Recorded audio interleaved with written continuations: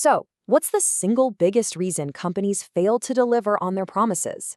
You might think it's a bad strategy, but it's not. It's a failure to execute.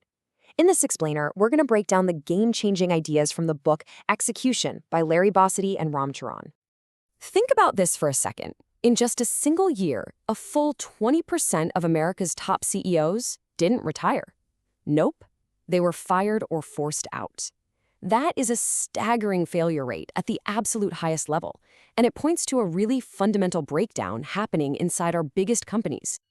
So what's the real root cause of this?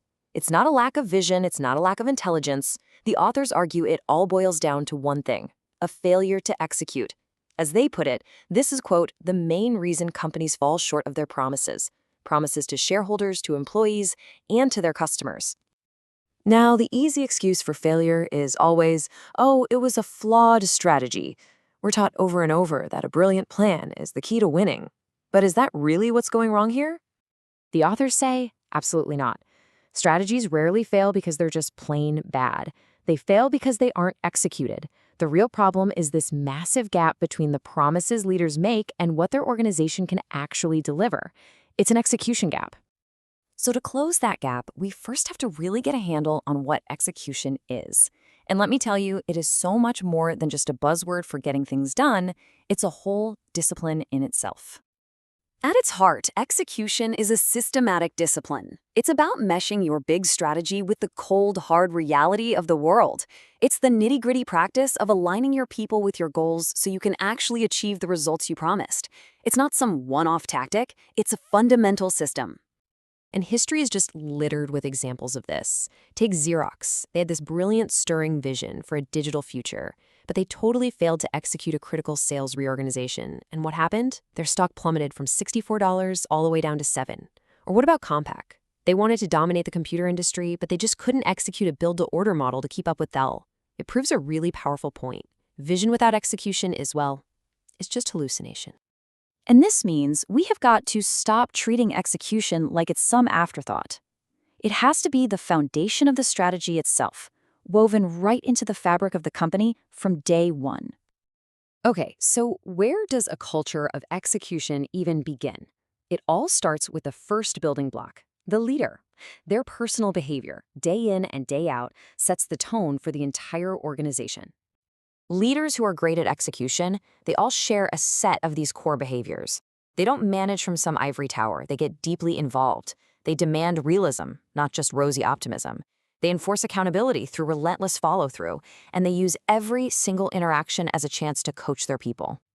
And this idea of knowing your business, it's not about micromanaging everything, not at all. As Larry Bossidy's quote shows us, it's about being present, it's about sensing the reality on the ground, it's about fostering a culture of robust, truly honest dialogue at every single level of the company. You know, underneath all these behaviors is something the authors call emotional fortitude. It's that inner strength to be authentic, to control your ego, and to stay humble. Without that, a leader is eventually going to hide from the harsh realities that execution absolutely demands.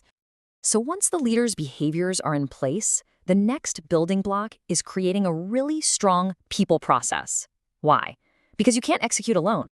At the end of the day, your strategy is only as good as the people you have to execute it. In today's market, products, technology, all that stuff can be copied pretty easily. The only truly sustainable competitive advantage you have is the quality of your people. And this is not a part-time gig. When he was CEO of Allied Signal, Larry Bossidy spent a staggering 30 to 40% of his time in his first 2 years focused only on the people process, hiring, developing, and assessing leaders. I mean, that's the level of commitment we're talking about. A really robust people process goes way beyond just hitting the numbers. It has to candidly look at both performance and behavior. A high performer with terrible behaviors isn't a star. They're a problem that needs coaching. It reinforces a super critical rule. How you get results is just as important as the results themselves. So this brings us to how these building blocks, the leadership behaviors and the people process, how they actually fit together. It all comes together in what the authors call the leader's real job. A leader's real job is to personally and relentlessly connect 3 core processes. Okay, first up is the people process. which is all about making sure you've got the right people in the right jobs. Next up is the strategy process, which is about creating a realistic plan that actually connects to your people. And finally, the operations process, which translates that plan into concrete results. And here's the part you just can't delegate.